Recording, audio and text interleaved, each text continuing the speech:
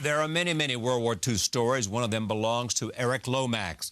He was a British soldier who was tortured by the Japanese. He was forced to work on the Thai-Burma Railway, known as the Death Railway. A Japanese interpreter made Lomax's life miserable. More than 50 years later, he returned to Thailand to meet the man.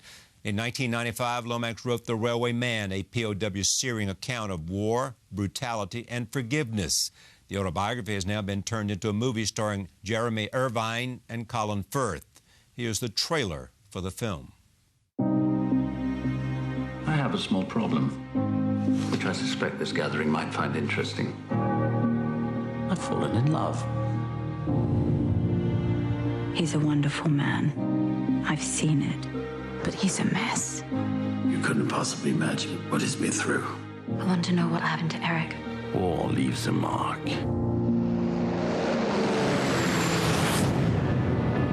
This is the BBC. Allied forces in Singapore have surrendered to the Japanese. When we surrendered, the Jap said we weren't men. A real man would die of shame. You have no honor. You're here to help us. To build a railway. If you help, you will have a good war. But we said no. We'll live to fight you. We'll live for revenge. He's alive. He's alive, and I know where he is. He won't have a clue you're coming. This is what you're going to do, isn't it? I'm afraid the museum is closed. I'm surprised you don't recognize me. Lomax. I am asking the questions. You answer. I did not expect you to be alive. What did they do to you?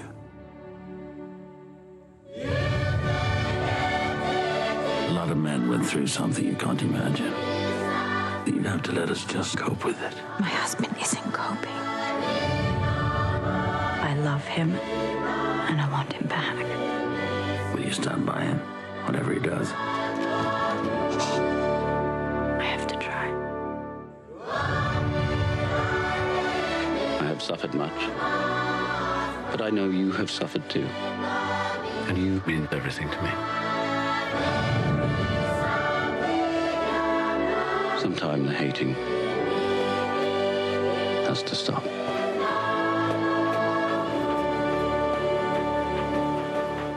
Joining me now is Jonathan Teplitzky, the director, Jeremy Irvine, who plays a young Lomax, Colin Firth, who plays the older Lomax, and Patti Lomax, the wife of Eric Lomax, who's also the center of this story. I am pleased to have all of them here at this table. Welcome.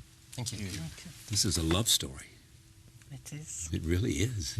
What a great... Tell us about the meeting when you first met Eric Lomax.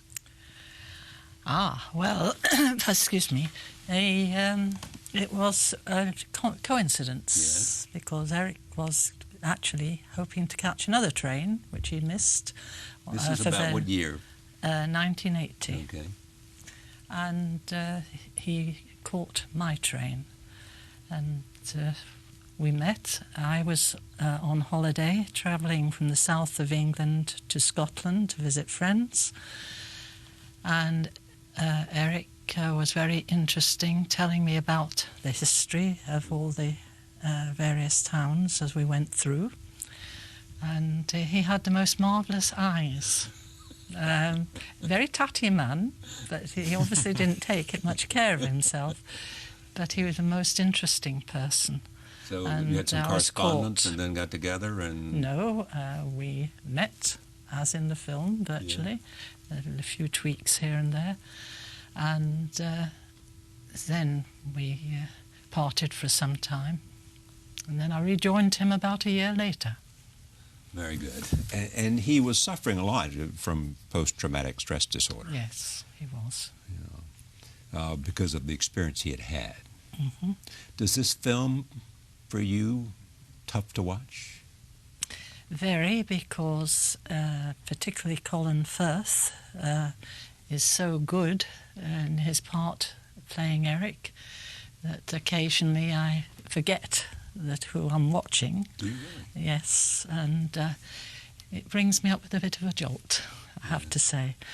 But no, I think it's an excellent film. It's a drama, obviously, which is very often different from a book, and I've been amazed at how well the essence of Eric's story and the truth has been kept. How did you come to this? Well, I knew of the project for many years. It was actually developed for about 14 years. I've been on it for maybe 3 or 4. And I knew the people involved, and when, for all sorts of reasons, the original director couldn't do it, I was asked to step in, and I started reading about, I read the script and I read the story of Eric. And it was just, it struck me just immediately as sort of almost a portrait of a man in a very succinct story that reminded us of what we were capable of as human beings, both the very best and the very worst. And just that as a starting point was, fantastic material. And, I thought the themes of the film about reconciliation and forgiveness and, in a sense, almost an antidote to revenge were not only important but very dramatic ideas to explore in a film. But he was a man who set out for revenge. Absolutely. I mean, I think if you're going to try to address something as difficult as reconciliation, forgiveness, the moving beyond hatred, you have to be very, very careful that you're not just going to be facile and offering easy bromides for life. Of course, we all think forgiveness is a good thing, but if you dream this up, if Hollywood just dreams up an optimistic notion that despite all the pain, you too can achieve peace, then it would be almost offensive, I think, to have heard it from somebody who went through every step and who had to confront a great deal in himself. Then it has authority. And I think that that's the only thing that really authenticates this whole story, really, is that it's true and that he did it at great cost. What was it necessary for you to capture in terms of the young Eric Lomax, prisoner of the Japanese working on the railroad? This was really, for me, was a process of clutching at straws in a way. I mean, there's no way on earth that I'd be able to relate properly to what Eric must have gone through. I think for someone of my generation, it is virtually impossible. So, it meant doing things that maybe I wouldn't normally have done for a role. Losing a lot of weight, and when it came to some of the torture scenes, especially, there's a sequence where we show just a glimpse of the waterboarding that Eric went through, and it wasn't really a decision. It wasn't a hard decision to make that we were going to do that as much for real as possible, because if not, I was so terrified of it being possibly insulting to Patti and Eric, especially having met them and got to know them, So to do it justice was always going to be so difficult. So we wanted to get those little glimpses into what it must have been like. And there's one shot in the movie where we let the process go on just a little bit too long, and I think, you see just that glimpse of reality, and I think that those moments are so important, I think, in this. I think it's really important that you honour the place that Eric got to, and to do that, if it feels like it was very important to find that balance of what he'd actually gone through, so that whatever violence is in the film is very contextualised, but it has to make an audience understand that this man really went through something, and then to find a place back to, in a sense, his humanity. Well, you knew that from the post-traumatic stress disorder, didn't you? I mean, you knew because of the dreams he had and the nightmares he had and all that. It shows what happens when post-traumatic stress isn't faced, and it never goes away, and it affects the whole family. What happened to him? I mean, did the idea of seeing this when he was first realized that this tormentor was alive, he was intent to go and kill him? Why didn't he? Because you realized he was another human being? It's just that simple? I don't have an easy answer. I think we're covering half a century of suffering here, between pretty well half a century between his captivity and that encounter. And I think the film has obviously had to take some shortcuts because it's 90 minutes, not half a century. And so, you know, any answers I give on behalf of the character in the film are probably going to be incredibly simplistic compared to what Patti would say about what Eric... Because you were part of it, weren't you, Patti? I mean, it was a correspondence in real life that took place. Yes, but at the same time, I wouldn't like to answer. I think only Eric could give a true answer. How did he find out, though? Go to that point, how he found out that this tormentor was still alive. First of all, we were travelling on a train, and he had been given an envelope by a friend, a contemporary of his, very recently, and Eric took it out of his case, and there was a cutting from the English language Japan Times reviewing a book written by Mr. Nagase called Crosses and Tigers, and there was a photograph of the young soldier accompanying this article. And Eric recognised him immediately. As the man who yes. tortured him and tormented him. Yes. And also, Eric is referenced in Nagase's book. Yes. I mean, this is the kind of coincidence... This is amazing. You wouldn't believe it in a movie. You know, Eric finds this book, and it was sent to him not because anyone thought this might have been his tormentor, but because this man is a translator who might be able to help him have some information. And he turns to page whatever. 17, I think. There you go. Page 17, and there is a description of one particular prisoner who has stuck in this man's mind. It haunted Nagase. He remembers the blue eyes. He remembers this prisoner screaming for his mother. He remembered Eric saw himself in print being written about by the man he was haunted by all those years. And it's quite the most remarkable thing. Take a look at this first clip. Here it is. Alive. And he's living off it. Showing the railway to tourists. Bridge on the bloody River Kwai holidays. Nagase. I've had it translated. Look him up. He won't have a clue you're coming.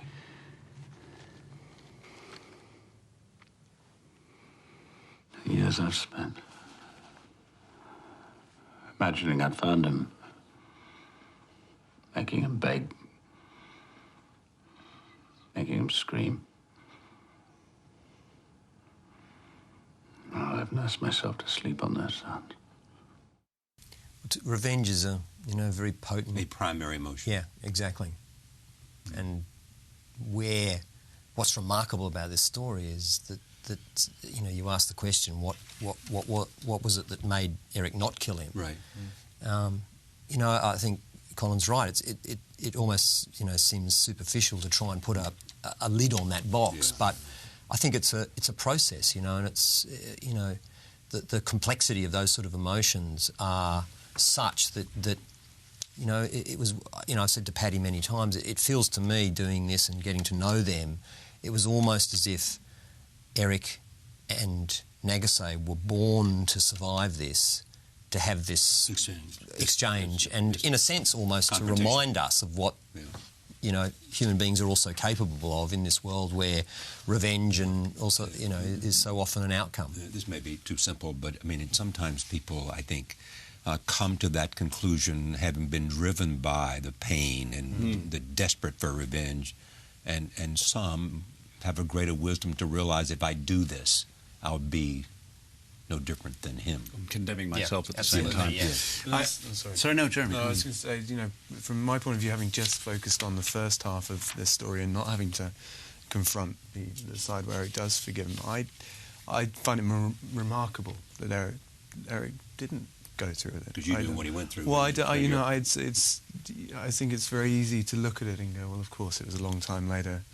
But yeah, and I think this is what makes this story so fascinating, is you've kind of got the very, very best and the very, very worst of human nature. You know, at the end we see the very best of it. Yeah, we also see the very bottom. Absolutely, as well. and I do wonder if the accumulation of the pain, if it hadn't have lasted so long, if he hadn't spent so long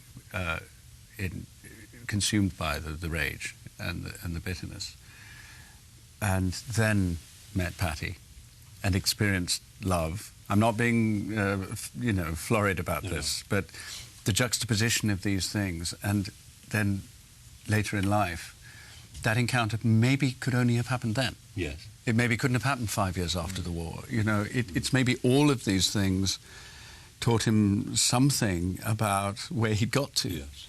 So you both had a chance to meet Eric. Did, yeah. How was that? It was an honour. I mean, you know, I feel like in this industry, you know, we you know, you're a huge privilege to get to meet some of your heroes and people who we call extraordinary, and yet here are two people who really are extraordinary, you know, in every sense. And I was very nervous. Very nervous. So, yes, I was going to say I was rather afraid of meeting Eric. Because? Well, but partly, as I think Jeremy's touched on, he's going to, he's the context in which we're meeting him, he's representing an experience which is so beyond our comprehension. A life which is much, much longer than mine, even longer than Jeremy's, and, you know, and so that there's a certain awe in one's heart, you know. Our producer Andy had asked me to go and meet Eric much earlier on when I still hadn't quite committed to the film, and I was afraid to do it then because I knew meeting him would make it personal. Right. And you can't be umming and ahhing about all of the dispassionate things that you're trying to take into consideration. And then when it's a great gift, obviously, if you're playing a role, particularly when there are two of you trying to synchronise and you're trying to get into the mind and the experiences of something like this and somebody. And you get it from the horse's mouth, and you know, to have his and Patti's trust in us. But at the same time, my goodness, the pressure when that happens as well. Yeah. You know, because you're being entrusted with something so precious. What Eric went through in order to get this story out, what he went through in order to reach the conclusion of that book, is immense, and it's very precious. And it's not just precious because of what he and Patti achieved. It's also the fact that he's representing an awful lot of other men who have been silent on the subject. It's that a whole generation of people who bottled it up. That's such a good point, yeah. And so he's a voice for them. And to have it handed over to our form of interpretation, to say, OK, you've got to do it in 90-minute form now. Yeah. You know, with your limited understanding, your limited set of tools as an actor, it's in your hands to be true to it, to have the courage to delve into it, and to be as rigorous as you can. And so it comes in as a mixed blessing. Yeah, exactly. You know. Yeah. I mean, I remember, I think you and I met Eric on the same day, I think, was that first trip we went up there. And the thing that struck me the most, because I'd read quite a bit and I knew a bit, was just how those eyes were incredible. I mean, they were just full of life, and there was a twinkle there that you know, you sort of don't expect from someone who's lived through this, that they've actually, in a sense, rediscovered life, and had a great, well, not only at peace with it, but also had like moved on from the fears of life, and in a sense discovered something fundamental about what it is to be alive. The child in him was still alive. Yeah, exactly. That's what astonished me, because you know, he had these extraordinary, memorable blue eyes, which Nagase mentions in his book, and that Patti mentioned, you know, and meeting him on the train, and I get it. I don't have them. Jeremy does. And those eyes could be like a twinkly child. They could be mischievous, or they could be so tough. You know, if there was something he didn't want to talk about, or there was something, if he went into a dark place, they were like laser beams. And, you know, it was very, very striking. He focused very directly on you when you were talking to him, and he was talking to you, and that, you know, that you feel like you're in a spotlight, you know, and, you know, as Jeremy said, you know, it was an honour to be, in a sense, meet someone like that on such simple human terms, and you know, for Patti and Eric to share their story with us so magnanimously and so openly, you know, the film started as an adaptation of his book, but in many ways became as much about the relationship and the discussions that we had, that then gave us an insight, I guess, into actually what, you know, they were feeling at different times, and the things that were going on in their head, and, you know, what some of the things that Eric said, even quite simple things, just sort of, in a sense, gave it an authenticity. Congratulations. Thank you. To all of you. Yeah, can I just go back to the romance for one moment? Yes, sir. I mean, was it like love at first sight in the train, that for you, even though you both had other relationships? No, it wasn't. It was like all our life, including the forgiveness for Mr. Nagase. It took time. It was a gradual thing. We became good friends, and it developed from there. And then we really were in love. Thank you for coming. The Railway Man opens in New York and Los Angeles on Friday, April 11th, and then expands nationwide through April. Thank you for joining us. See you next time.